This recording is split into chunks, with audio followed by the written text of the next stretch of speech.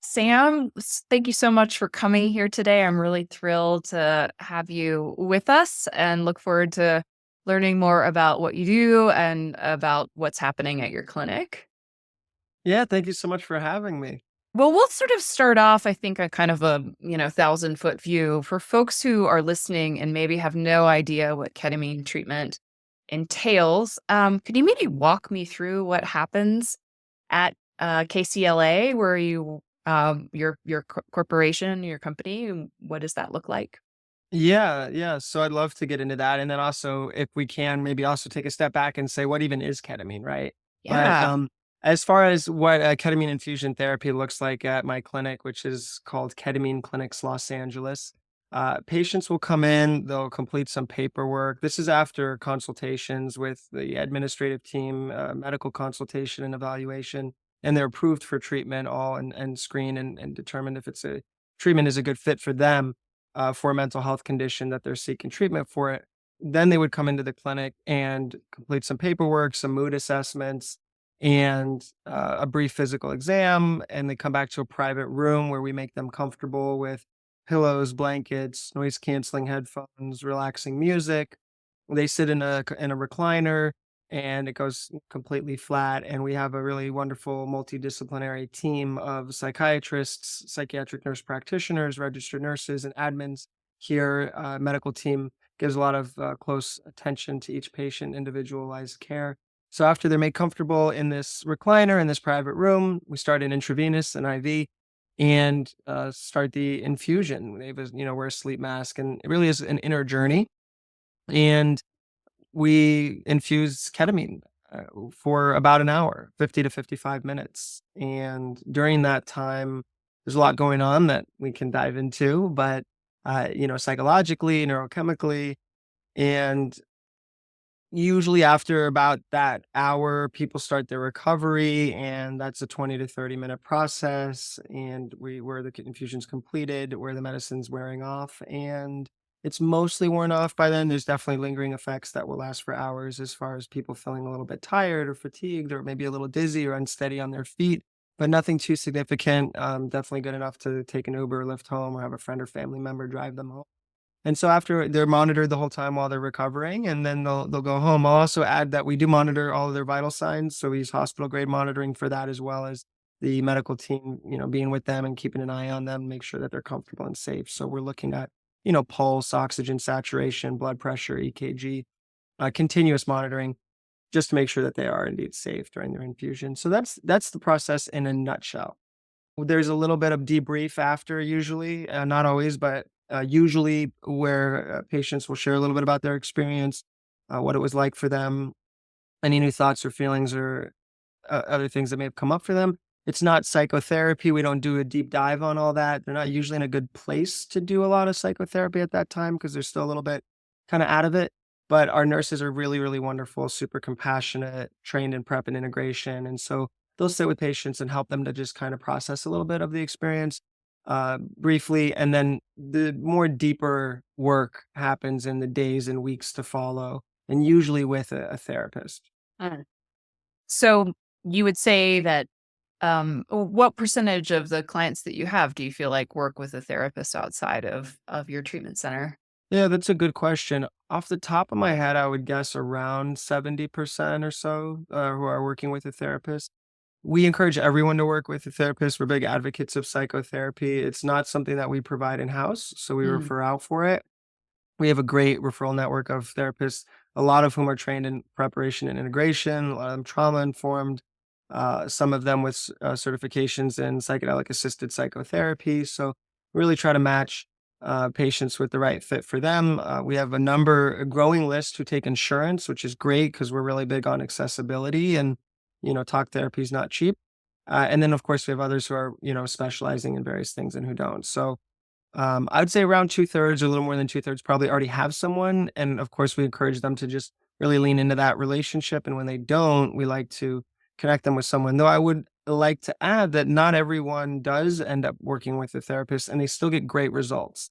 And so while therapy can be hugely helpful, it's not the end all be all. And there are definitely people out there who think that without therapy, this is a bad thing to do, or it's a waste or something like that. And it's important, I think, that people understand that while it's absolutely helpful, many people get wonderful results without it. So Mm, it is just like ketamine is in and of itself a powerful tool, and it's not the whole shebang. great. Well, could you talk a little bit about ketamine and its use historically, and how maybe an infusion clinic is different than maybe the way ketamine has been used since it was first introduced? Yeah, that's a great question. So ketamine was synthesized in the 60s and was FDA approved in 1970 and was FDA approved as a human anesthetic. And it's also very commonly used in veterinary medicine. So a lot of people know of it as a horse tranquilizer or a cat tranquilizer. It's a human medicine, and a lot of overlap there between drugs developed for humans that are given to animals as well. It's also an analgesic. It's a pain reliever. It's used in certain situations instead of opioids, or in a trauma, physical trauma, an accident or something like that, because of its sedative properties. Or in the ER a lot, if someone needs their shoulder reset or something like that, it's often used for conscious sedation. Uh, it's also a drug that people use, recreationally or abuse or self-medicate with, however you want to look at it. And that's known as Special K, same drug. Mm, And in the last 25 years, it's been increasingly proven as a very effective mental health treatment, primarily for depression, PTSD, anxiety, suicidality, and a number of other mental health conditions as well. There's good indications for its use in OCD and postpartum depression, PPD, in substance use disorders and disordered eating, a wide variety of things. But the primary core conditions that we usually focus on and that most of the research is on is going to be depression, PTSD, anxiety, and suicidality. And it's amazingly effective for those conditions. We have an 83% success rate in the clinic at Ketamine Clinics Los Angeles. We do things a little differently than the typical protocols. And we've been doing this since 2014. So for nearly 11 years, we've been providing IV infusions of ketamine. And we've provided over 30,000 infusions in that time. So we have a lot of experience with it. There's also been around 200 clinical trials conducted, around 70 of them with results published and available on clinicaltrials.gov, and mhm. dozens of them peer reviewed. So this has really grown exponentially. And when we started out, it was seen as a really radical experimental thing to do, and people were very critical of it. And it was seen then as maybe it's okay as an absolute last resort. And then, okay, well, maybe you should have this before ECT. And it has kind of climbed the treatment algorithm as far as becoming more and more of a first line treatment. And it was also criticized, that, well, this is all anecdotal. There's not really any real data behind this, whereas the evidence that has changed exponentially year over year. And there's really no more basis for it. And so, anyone who wants to can go and look at clinicaltrials.gov and see a really substantial body of research. And of course, we collect our own data as well. We haven't published it yet. We are interested in that. And we use a lot of quantitative assessments. So things like the Beck-2, the MADRS, the PHQ-9, GAD-7. For listeners who don't know what all those abbreviations are, those are all just standard mood assessments that are recognized as, the kind of core assessments for self-assessment for patients, and a couple like the MADRS is for a clinician to make the assessment. But anyways, a lot of good data, subjective and objective, on this treatment. And in 11 years, we've definitely seen nothing short of um, just tremendous transformation for a variety of people. Mm. I think that is one of the strange things about ketamine is that, the evidence really supports its efficacy, but it is still considered off-label use. Right, Could right. you maybe talk about that distinction? Yeah, yeah. I'm so glad you brought that up. And there's just a lot of stigma against ketamine for a Mm, lot of different reasons. And it's really sad, it keeps it from being more commonly available. Part of it, I guess, is that people abuse it, but that's not really valid because people abuse everything. Prescription pills are the number one most abused drug in country, more than any other illicit substance. People are taking excess of opioids. We have the opioid epidemic, and even their Adderall and stimulants and their Xanax and benzodiazepines are abusing these drugs in way greater quantities than cocaine. or other Mm. illicit substances. So the idea that, well, people get high on ketamine sometimes, so it's bad, and or that should keep it from becoming used safely, ethically, therapeutically, doesn't really add up. But to answer your question, when the FDA approves a drug, they approve it for a specific indication for a specific demographic. And they don't just say this drug's good, use it however you wish. It's very, very specific. So ketamine is an FDA approved medicine, and it's a very rigorous process to get a drug approved. And it usually costs upwards of $1 billion with a B from idea to approval. So it is not a cheap thing to get done. And adding indications requires a lot more time, energy, and money. You don't just add them kind of willy nilly. And so ketamine's actually the patent is up on it. And so it's a cheap generic drug now. It can be made inexpensively by a variety of manufacturers. So no one's willing to put the time and energy and money into getting it approved for additional indications. Mm. And so because of that, insurance companies like to say that it's experimental and they don't want to pay for it. This is their MO is to not write checks, right? It's save money, aggregate money. So they'll look for any reason they can, even though there's a substantial amount of data on this and real clinical research. It hasn't gone through the channels of the FDA approval process specifically for depression.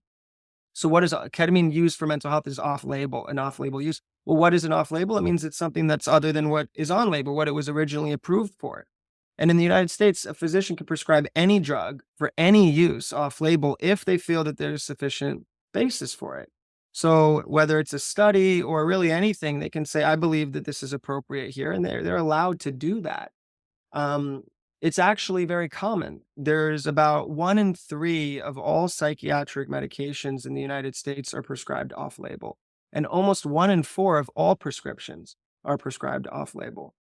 One common example is, Seroquel is, an antidepressant that is commonly prescribed to help people to sleep at night because the side effect is that it makes you drowsy. So a lot of the times, especially if people are also challenged with mood, they'll say, "Oh, take the Seroquel at night; it'll help you to sleep. Maybe it helps your mood a little bit." This is off-label. Seroquel is not a sleeping pill. Hmm. Even Rogaine, which then they went back and actually added the indication later because they saw there was money to be made. But Rogaine was a blood pressure medication, and they noticed when it got on the skin, it made hair grow. So they went, "Wow, we got something interesting here. Let's go back and get this approved so we can market it for as a medication for hair loss." And so that was a kind of accident, happy accident that they discovered that. The problem with ketamine is because the patent is up. Again, no one's gonna go and get it added because they couldn't make money on the sale of the drug. They're very focused on the intellectual property that they can control and own where they have high margin on the new drugs. Those are the ones that you see on TV. Those are what people market. That's what the physicians hear about. That's what the pharma reps go and make their presentations and take people out to nice dinners and wine and dine and tell them, "Hey, this is a great thing. You should prescribe it to your patients if you want to help Mm. them." That's the those are the drugs that we end up getting in our medicine cabinet because there's profit to be made for them. And ketamine isn't in that category. So it has been passed over in a lot of ways, despite being really the fastest acting, safest, and most effective antidepressant that we have available. Could you say more about the fast acting part? Yeah. So SSRIs, selective serotonin reuptake inhibitors, a classification of antidepressant medications, probably the most commonly prescribed antidepressant medications, pills that people take, often take 4 to 6 weeks to work and usually require longer term trial and error of alternating different doses, escalating doses, maybe combinations of different drugs, different types of SSRIs to try to figure out what's going to work for that particular patient. And it can take months, and they often have really terrible side effects that can be very debilitating. And they don't work that often. The level of relief, I mean, some people say they work about half the time, others say even only a third of the time, that they're not much better than placebo. Quality relief is usually mediocre. Often people feel numb, kind of, they don't feel as depressed, but they don't feel happy either. They're kind of locked in. They're existing. Yeah, I can go to work, but I'm not enjoying my existence. Terrible place to be. if you're functional and it helps, great. They have a purpose, they serve a purpose, but usually pretty mediocre for most people. And ketamine, on the other hand, works anywhere from hours to days. And by the way, I want to be clear on we're talking about IV ketamine, intravenous ketamine infusions. Ketamine can be taken through a variety of other methods. It has really every route of administration that you could possibly have. People give ketamine or take ketamine clinically through IM, intramuscular injection, through IV infusion, through sublingual lozenges or troches, through intranasal nasal sprays, through creams that are absorbed intradermally through the skin, pills that are taken orally. So really, every which way that you could take a medication, ketamine is used in that way. And depending on what it is that you're looking to achieve, there can be very good benefits from a variety of these methods. None of them are as safe or as effective as IV ketamine. So I just want to be clear about that. Especially nowadays, there's a lot more companies who are prescribing it through the mail for home use, unsupervised, and that's a whole kind of separate thing. And we can get into that later if you want to. But IV ketamine works in hours to days.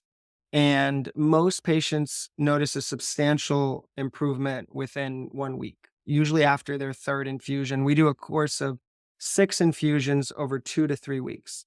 So it's either twice a week or 3 times a week to get to 6 infusions. That's the induction phase, that's the initial series. And usually a day or two after their third infusion, they're feeling exponentially better. And it can be much faster than that, but that's average. So it's much faster acting.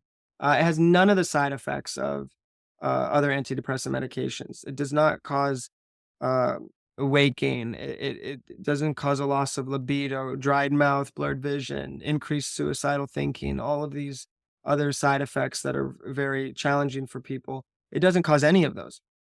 And it's very effective. It works about 83% of the time in our clinic.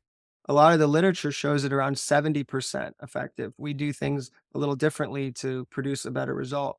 But yeah, it's really, truly one of the best treatments out there. But because it's not covered by insurance, and I would say arguably maybe the best for most people, it's not for everyone. It's not perfect. It doesn't work every time. Works really amazingly well most of the time for most people. And insurance doesn't want to pay for it. Providers aren't as informed about it. You're not seeing it marketed by the big pharma companies. And so it's just not as well known, which is why I'm really grateful for you creating a platform for people to have these conversations and for inviting me to talk. And why I'm passionate about speaking about it anywhere and everywhere I possibly can, because I want people to know that it's an option for them. This is a totally, you know, self this is just something a question that has popped in my head. I mean, obviously, you all are in an outpatient clinic. Yeah. Has ketamine entered into the inpatient world, or is it still very much an outpatient treatment? Yeah. I don't know of a lot going on with it inpatient, except a little bit more for pain because some of it's actually really great for complex regional pain syndrome from CRPS, formerly known as RSD. Reflex sympathetic dystrophy. These are terrible, pain conditions with nerve issues, and it can help to reset pain receptors, and it can be a really good treatment. One of the protocols, there's also outpatient protocols for this, but one of them is an inpatient continuous low dose for days, and it requires inpatient monitoring. That is happening. Sometimes it's rare, more in places like Mexico and Germany than in the US, but it can happen in the US as well. As far as for mood inpatient, I don't know of much going on. I think it would be really powerful. I think it should be the first thing that most people get if they get admitted to a psych hospital for suicidality. There are some ER docs that have increasingly been using it in the ER when people come in with suicidality. And there's really nothing out there that actually reverses suicidality as quickly and effectively as ketamine. We have the results for that are even better than what we see from mood. So much so that even when people don't get as much relief as they want for their depression, but they no longer want to hurt themselves. They no longer have thoughts of self-harm. And often if they get, substantial relief or even total relief, if over time the symptoms of their depression start to return, which is, common, can happen for sure, and especially in treatment-resistant cases and people come back for maintenance or follow-up care. But even then, a lot of them return and they don't have the thoughts of self-harm return. So it's really, really powerful. And if someone is suicidal, the only thing really we do today is we sedate them. We start them on new medications that take 4 to 6 weeks to work and hope that maybe they'll help. And we keep them safe. We take dangerous things away from them. We lock them up, we watch them, and we give them sedatives and hope they don't hurt themselves. It's really pretty bad, and it's been up until recently kind of the best thing that we have known to do, and the best thing available. But IV ketamine or even an IM ketamine injection could be just incredible for that patient population.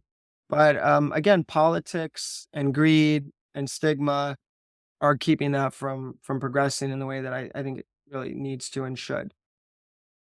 Yeah, it's interesting that you would say that because, obviously when someone is really not doing well and they're suicidal, we talk a lot about the least restrictive environment that they can receive treatment in. And waiting 4 to 6 weeks and kind of having you half in your life, half out of your life is a pretty restrictive way to do it. And it certainly has been my experience as well, is that for clients who have been acutely suicidal, ketamine infusions have been incredibly effective and Yeah, fast acting. So, absolutely.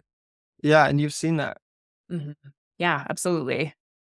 Well, okay, so we're talking about the good here. Maybe we should switch over to the bad. It's obviously what everyone has been asking me about the last couple of months. For listeners who might not be familiar with what happened, could you talk to me a little bit about what happened in the Matthew Perry case and maybe why it's raised some concerns or contributed to the stigma around ketamine therapy? Yeah, so that's obviously just a really, really sad situation. What happened with Matthew Perry and him, his passing, and the people who he, entrusted with his safety, who took advantage of him, his physicians, his assistants, people around him. Uh, it's really, really important that we make the distinction between that and the safe, ethical, and therapeutic use of ketamine. So Mr. Perry took about 10 times, more than 10 times the amount of ketamine that we give in the clinic. He took it in combination with an opioid, with buprenorphine and a benzo, which was hardly reported on at all. But he also had taken a benzodiazepine. I think it was lorazepam. All three of these are powerful sedatives. He took them in combination with one another by himself in a hot tub, and he became incapacitated and drowned. And then the news comes out that he died from the effects of ketamine. Well, that's really pretty low integrity reporting, and caused a lot of fear and a lot of concern and confusion. And they also went on to say, "Oh, well, he had had therapeutic ketamine, a few weeks prior, but oh, by the way, it didn't have anything to do with this, but thought maybe you should know."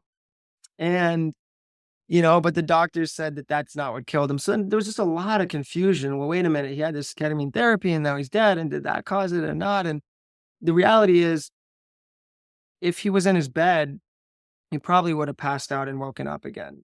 So it wasn't the drugs he took, even though he took a lot and powerful combination of medications. It was that he was in a hot tub alone and he drowned.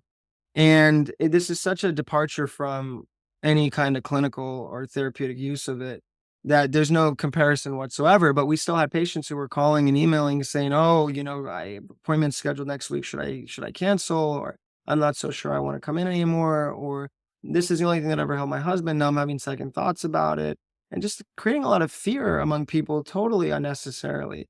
So, you know, ketamine is an extremely safe medicine when it's used ethically and responsibly under medical supervision. It has a huge therapeutic index. That's the amount that is the difference between the amount that's therapeutic and the amount that's lethal. There is actually no known lethal dose of ketamine.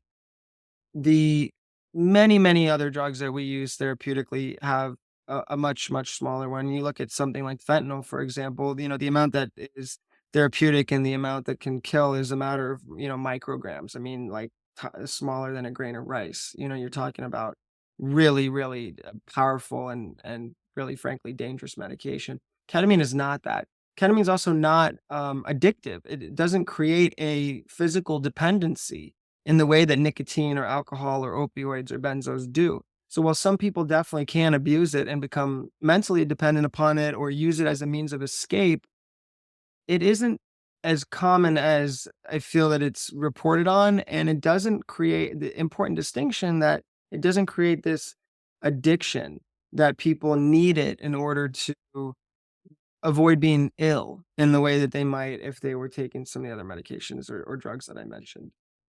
What about, tolerance? Do you develop tolerance over time? Often that's a, sign of dependence. Yeah.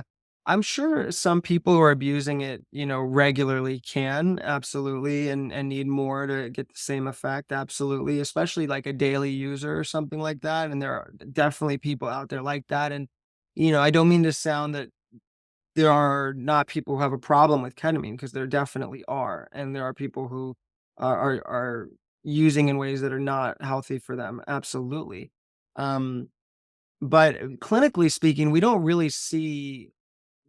see dependence. We don't see addiction. People don't come here and have infusions for their depression and then leave ketamine addicts, which is kind of part of the story of, oh, this is such this bad thing. Like I said, over almost 11 years now, it's just not something that happens. And even afterwards, even when people have enjoyable experiences, which sometimes they do, I mean, it can be difficult, it can be enjoyable, enlightening, spiritual. The infusion experience can be, vast, many different kinds of experiences for people. But even if it's enjoyable, they will often say, "I don't understand how anyone could do this like recreationally." It's just really in its own kind of category, the way that it's used clinically, at least therapeutically here. I think that's a great distinction. Maybe if we could tease it out a little bit more, obviously, people have seen, I'm sure, advertisements for at home ketamine services. That industry is rapidly expanding. You obviously have built your business on in clinic treatment. Do Yeah. you think there is any place for at home ketamine therapy? Hmm. I do think that there's a place. I think it's a much smaller place than what it is now. Say more Uh, about that.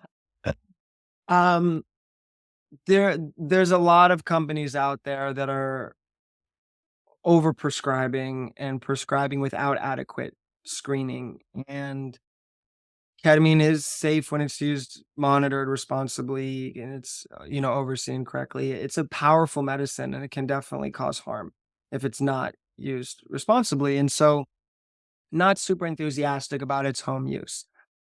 For companies who are not taking the appropriate steps to ensure that the people they're prescribing to are really a good fit for the treatment, that they have a need that could benefit from the medicine, monitoring them. I mean, just even using it unsupervised, really don't like that.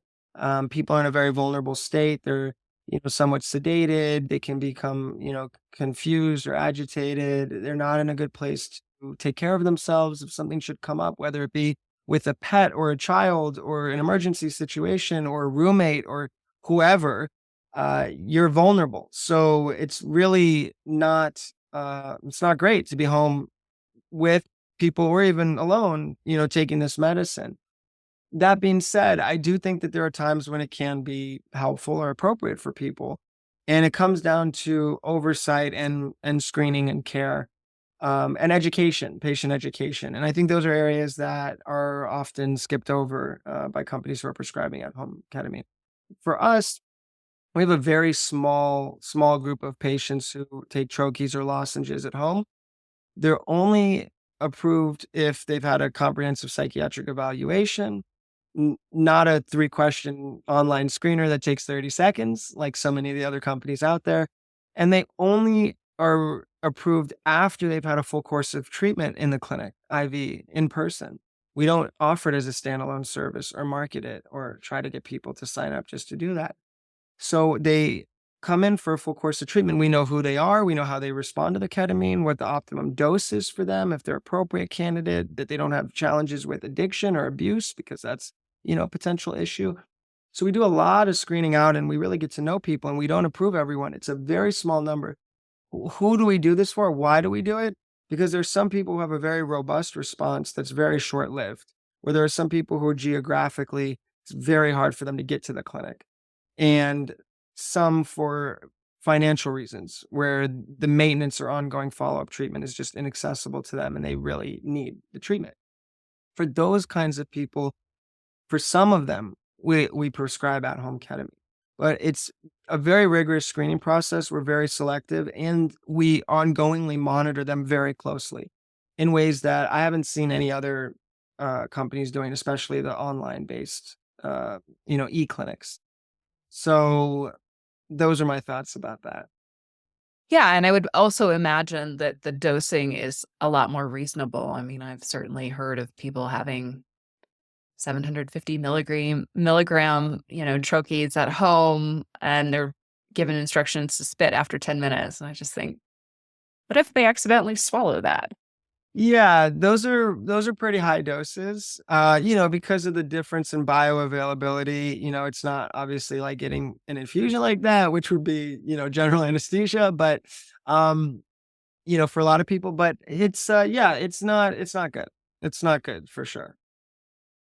You have mentioned insurance and costs. Obviously, insurance just very rarely covers it. Could you maybe talk about the cost of a treatment course of ketamine, and where the numbers come from? Yeah, so a full course of treatment is going to be 3,900. That's a $300 intake fee and then $600 per infusion. And then any follow-up infusions or boosters, as we call them, are 600 each. Those are done on an as-needed basis. People don't come back for the whole series again. They'll usually just do 2 infusions a day or 2 apart from one another, and that could be 3 months later, 6 months later, a year. Usually, it's somewhere more around the 3-month mark, but it varies really widely, and it really depends on how much patient is engaged in other lifestyle optimization and self-care. So that's the cost for mental health treatment, and it's really the space and the clinician time, and that's what it really comes down to, um, equipment, staffing, space. The ketamine itself is cheap, and some people really get stuck on that. And they say, "Oh my god, how can you charge $600 for medicine that costs, a tiny fraction of that?" Well, we're not selling ketamine. We're providing a service, and there's a lot of care that is wrapped around in that service. And having psychiatrists and psych NPs and RNs and admins and this team of 15 people, there's a cost to that. And we have such a team because we believe that that's important for delivering the level of service that is valuable to us, that is really adds value to patients that we believe in. People who are well trained and passionate and really, really want to serve people in this. It sounds like you all do things differently, and you yourself have mentioned that. What are some of the things that happen at your clinic that are maybe different than other clinics that might account for the difference in outcomes that you've mentioned? You said the literature says about 70%. Yours is about 83. How do you make sense of those numbers? Yeah, so the literature is, first of all, with any kind of research, you have to have a fixed protocol for everybody, kind of a one size, fits all approach, because that's just, you have to isolate variables in the data. With ketamine, it's typically a half a milligram of ketamine per kilogram of body weight over a 40-minute period. That's been the kind of the main protocol. And we provide a 55-minute long infusion. And so it's on a percentage basis, I mean, it's notably longer. And, that 15 minutes really makes a big difference. We also provide around a zero point 0.6 mgs per kg as opposed to zero point 0.5. So it's a little more medicine given over a little longer period of time. And then that nets an actual larger total dose, because this is a continuous steady stream of ketamine, right? It's an infusion for over the entire course of that 55-minute period. So we believe that that's one aspect of why we have better results. The other is that we really individualize the treatment. So we have that, zero point 0.6 mg per kg as a starting point, but we then will adjust, titrate up or down from there, depending upon the response and the needs of the patient to find the sweet spot for them and the right dose for them. And what's the sweet spot? Well, it's a spectrum dissociation, and we want them to be dissociated enough that they're able to have new insights and to do internal processing and to have this experience where there's somewhat of a quieting of the default mode network, the noise, the chatter in their mind, where they can experience some peace, some healing, some revisiting of past trauma and processing in ways that can be deeply therapeutic. But we don't want it to go so far that they don't even know who they are, or what they are, or where they are. And on the flip side, we want to give them enough so that they're not just sitting there, laying there thinking, when's this over? I'm bored, right? So that is where a little bit of the art comes in, because there is not a one size fits all. And even for one patient, from one infusion to the next, it's a moving target. It changes. So what is necessary on the first infusion is almost surely not going to be the same on the second. So we have this ability just through practice and repetition and our experience in this field.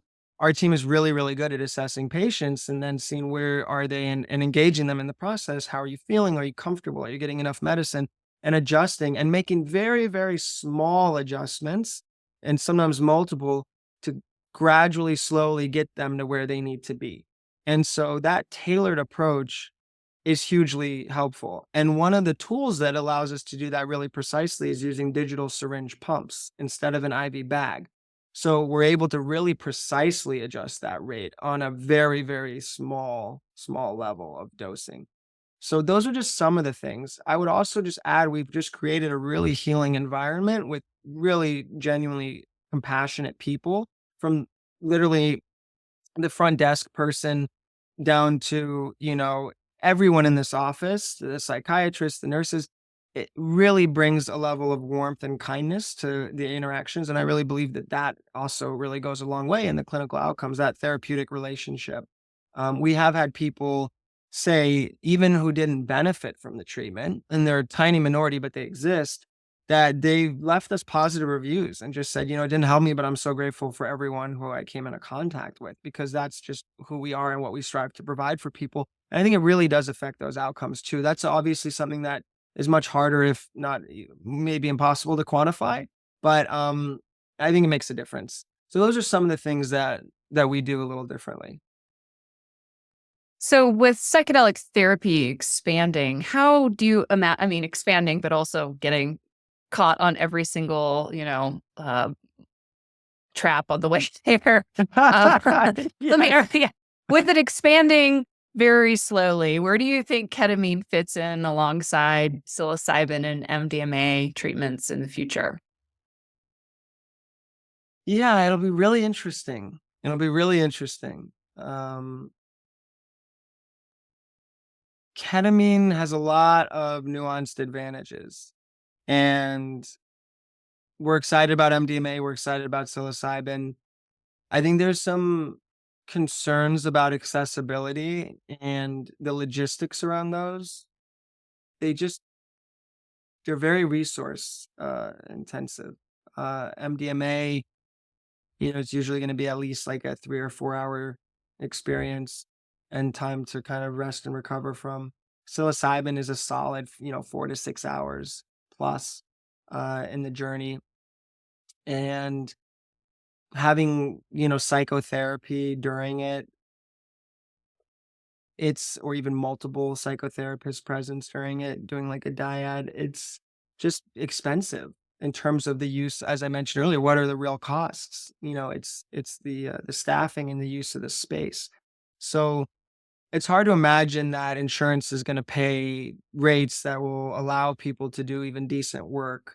And then for people who are wealthy enough to pay for it out of pocket, there's a scalability issue in terms of the amount of qualified professionals and spaces to do it. So I think they have great potential to help a lot of people, and I'm excited. And I think it'll be great when they're legally available.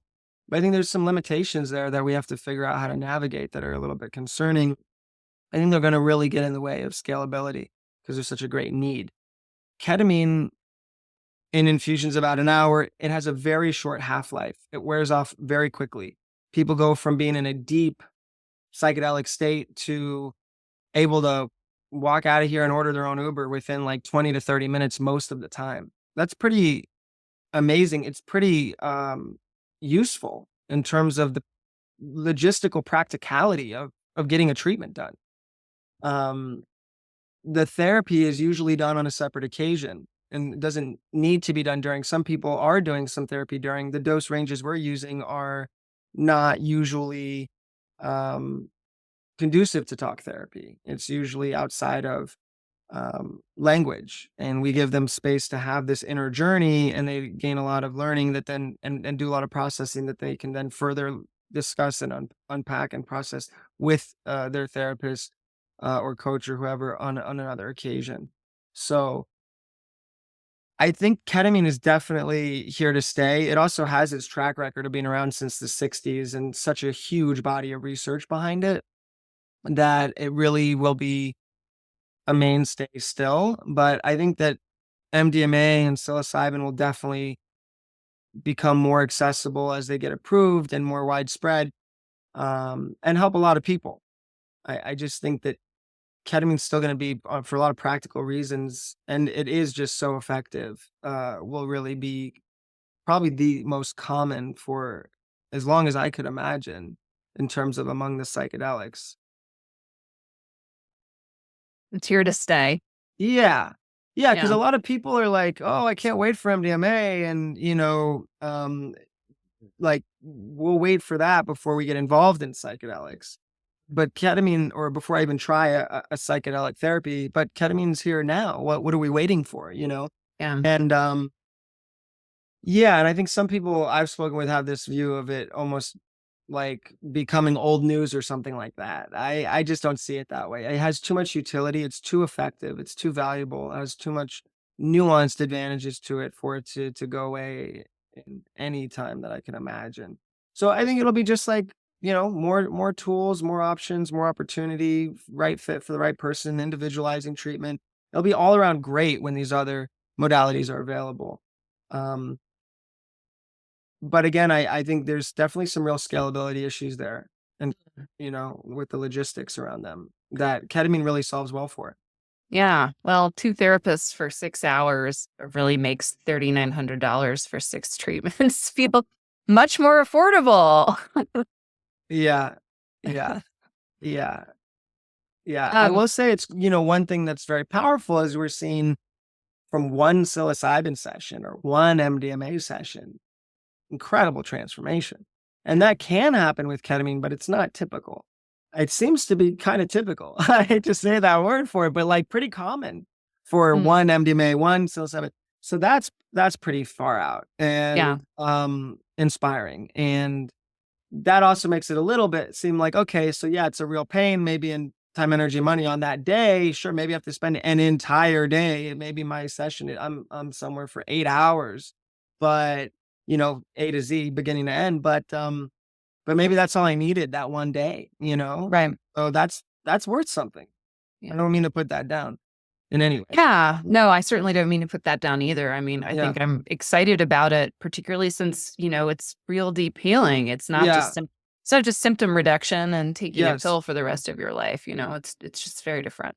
Yes. Yes.